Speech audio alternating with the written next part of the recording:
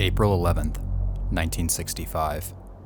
It's a beautiful sunny afternoon across northern Indiana, and residents all across the state are beginning to venture outdoors to enjoy the pleasant spring weather after a long and brutal winter.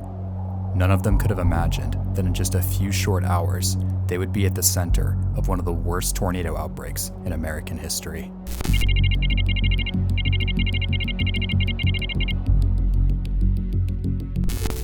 It's April 10th, and meteorologists working at the U.S. Weather Bureau's Severe Local Storms Unit, or SELS, are monitoring a massive wave of low pressure called a trough that is moving in over the central United States, bringing with it a large zone of fast-moving winds in the mid-levels of the atmosphere.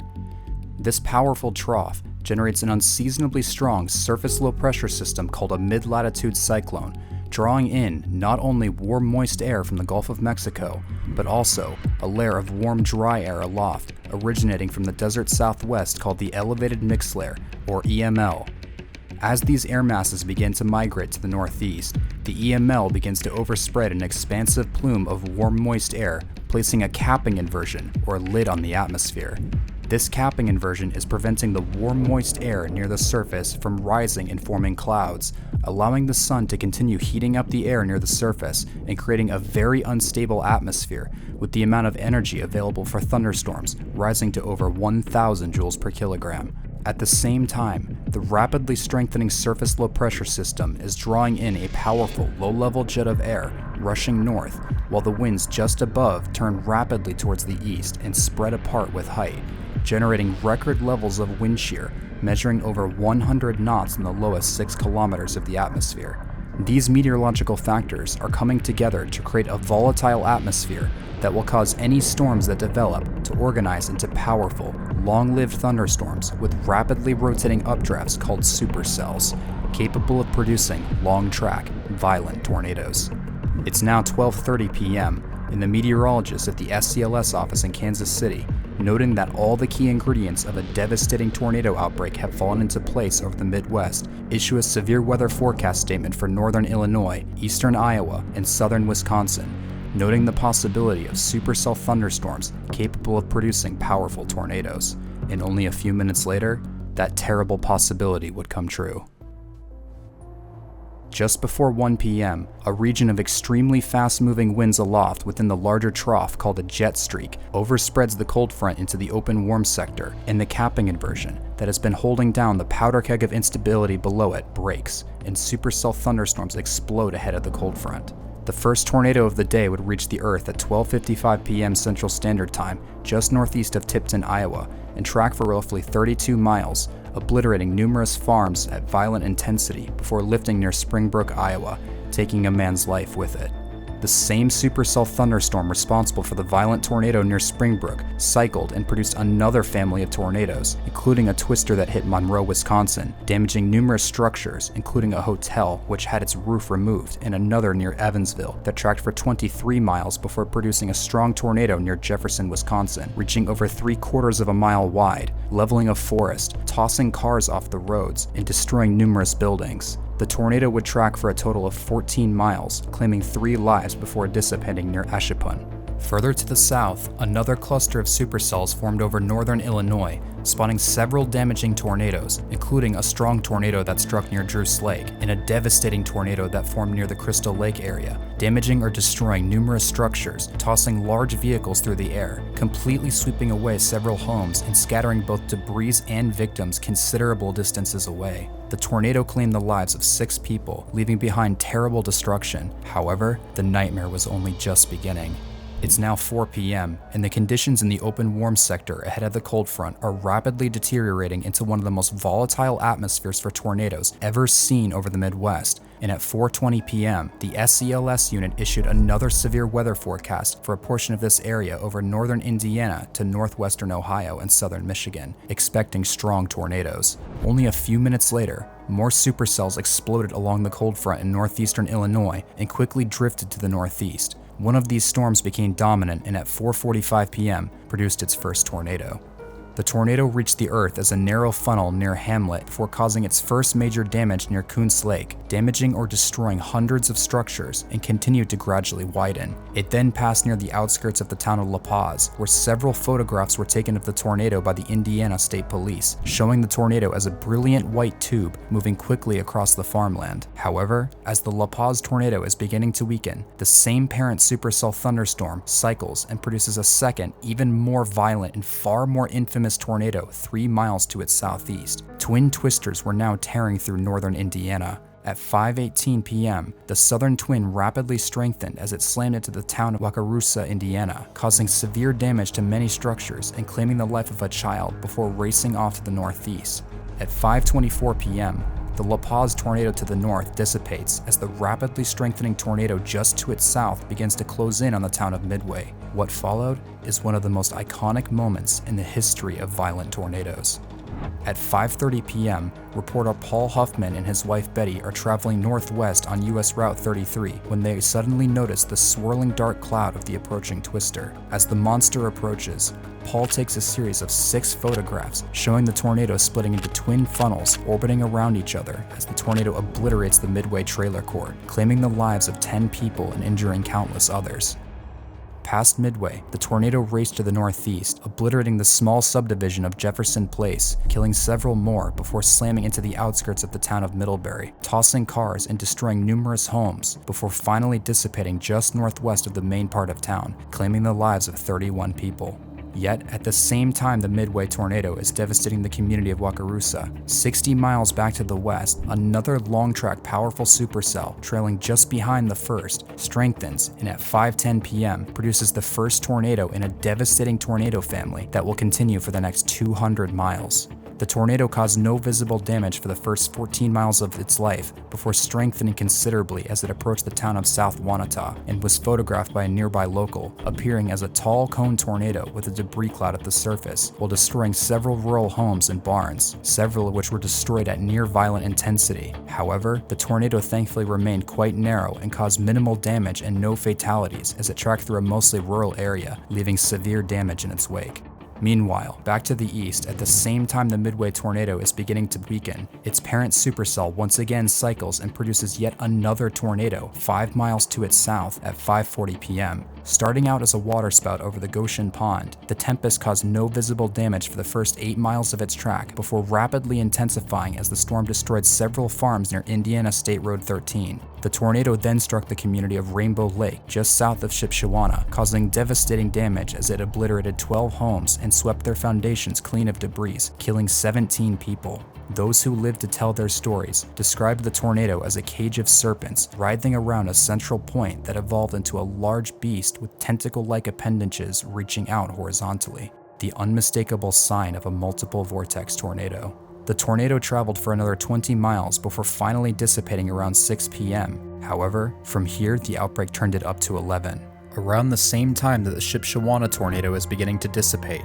more supercells erupt ahead of the cold front in west-central Indiana, while at the same time, the storms previously responsible for the outbreak of tornadoes in Illinois begin to make landfall in Michigan, once again producing tornadoes, the most significant of which would strike near Allendale, Michigan, inflicting moderate to severe damage to a few homes before becoming violent near the Comstock Park area, just north of Grand Rapids, destroying over 200 homes with catastrophic intensity and claiming the lives of 5 people. Meanwhile, back to the south in Indiana, the supercell responsible for the Shipshewana tornado once again cycles and produces another tornado at 6 p.m., while at the same time, one of the supercells initiating ahead of the cold front further to the south in central Indiana rapidly intensifies and at 6:07 p.m. produces the first in a family of tornadoes that will continue for the next 274 miles. The tornado destroyed several homes at moderate intensity early in its life before inflicting violent damage to some homes near the towns of Cambria, Mulberry, and Moran, causing over 40 injuries before suddenly dissipating and immediately dropping yet another violent tornado just to the south of the town of Middle Fork.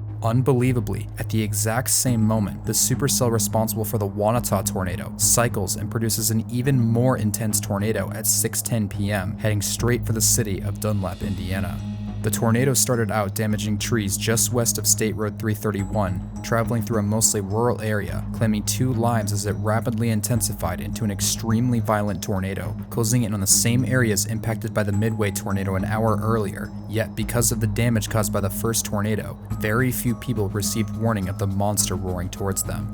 The tornado then slammed into the Sunnyside and Kingston Heights subdivisions, obliterating homes and causing incredible damage to numerous structures, sweeping their foundations clean, granulating the debris and scattering it for long distances, throwing vehicles and mangling them into unrecognizable balls of steel. And in some spots, the winds became so intense that grass was scoured from the ground, leaving behind just bare soil. A photo taken in the damage path of the Midway tornado shows the menacing Dunlap tornado in the distance. The tornado continued for another 20 miles, damaging additional communities near Hunters Lake and the Indiana Turnpike, lofting more vehicles before finally dissipating just south of the Michigan border, taking 36 lives with it and injuring over 300 more, making it the deadliest tornado of the Palm Sunday outbreak and one of the most violent tornadoes to ever strike the state of Indiana. With tornado reports becoming so numerous, it became impossible for the Weather Bureau office in Indiana to keep up, and the decision was made to take an unprecedented step and place the entire northern half of the state under a blanket tornado warning due to the sheer number of tornadoes ongoing. Back to the east, the same lead supercell responsible for the La Paz, Midway, and Shipshewana tornadoes produced yet another and far larger tornado around 6 p.m. near Lake Pleasant. The twister rapidly widened and intensified as it approached the community of Lake Pleasant, slamming into the lakeside community with terrifying power, causing extreme damage to many structures, reducing them to piles of rubble and completely debarking and denuding trees, snapping the trunks and bending what was left to the ground. As the tornado crossed the border into Michigan, a local sheriff monitoring the situation gained a visual on the approaching monster and tried to use his radio to alert those downstream before his vehicle was thrown and rolled several times by the winds of the tornado, causing severe injuries. The twister continued to grow in both size and strength as it approached Coldwater Lake, expanding to over a mile wide as it exploded several lakeside homes, sweeping their foundations clean, ripping the grass out of its roots, tossing vehicles for hundreds of yards through the air, and scattering both debris and victims into the lake, resulting in 18 deaths. A picture of the tornado was taken near this area, showing the massive tornado looming in the distance as it grew to nearly 2 miles wide and ripped a large steel tank from its anchoring and threw it over half a mile away. At the same moment, 100 miles to the southwest, the tornado that has just formed south of Middle Fork rapidly intensifies and grows to 3/4 of a mile wide prior to impacting the town of Russiaville. The tornado obliterated the small community, destroying over 90% of the structures in town before expanding to over 1 mile wide and crashed into the nearby towns of Alto and Kokomo, becoming violent. The tornado devastated the two communities, destroying over 100 homes along its track before growing even stronger as it impacted the community of Greentown, Indiana, and caused incredible damage to numerous structures. The tornado struck with such fury that homes were completely leveled and swept away, trees were completely debarked and denuded, vehicles were thrown for hundreds of yards, and the grass was scoured from the ground. The tornado would claim the lives of 18 people and injured over 600 others in this area before moving on to the east and leaving behind peculiar circular scratches in the ground called cycloidal marks before passing through the southern edge of the city of Marion, decimating more structures with a few being completely swept away and heavily damaging both a hospital and a shopping center. In all, the tornado would cause the deaths of 25 people and injured over 800 more before finally lifting near the small community of Arcana. Just to the south, at the same time the Russiaville tornado is striking the town of Alto, the supercell just to its south produces its first tornado at 6:36 p.m., just southeast of Crawfordsville, claiming its first life as it traveled through the rural farmland before rapidly widening to over 1 mile wide as it approached the northern edge of the town of Lebanon. The mile-wide tornado devastated the small community north of town, obliterating more than 50 homes, lofting vehicles over 100 yards, and leveling a shopping center before racing off to the east, where it struck the town of Sheridan with brutal force, obliterating numerous homes and sweeping their foundations clean with the debris granulated to small shards, and trees were debarked. In total, the tornado would be responsible for the deaths of 28 people and injured over 100 others before finally dissipating just south of Arcadia. Back in Michigan, additional storms produced even more tornadoes, including a violent tornado that struck just north of Lansing, killing one along with two other strong tornadoes that passed the northern outskirts of Kalamazoo, destroying numerous structures and injuring 17, and another that struck Hastings, injuring an additional 5. However, back to the south, one of the most tragic stories of the entire outbreak was about to take place. As the massive 2-mile-wide monster that struck Coldwater Lake is narrowing in on the communities south of Hillsdale, Michigan, the same supercell responsible for the devastating Dunlap tornado looms right behind it. And as the survivors and first responders of the first tornado in Coldwater Lake crawl their way out of the rubble to perform search and rescue, the Dunlap storm suddenly produces another massive violent tornado right on top of them, sweeping away anything that remained as vehicles, first responders, and victims alike were thrown over a quarter-mile away.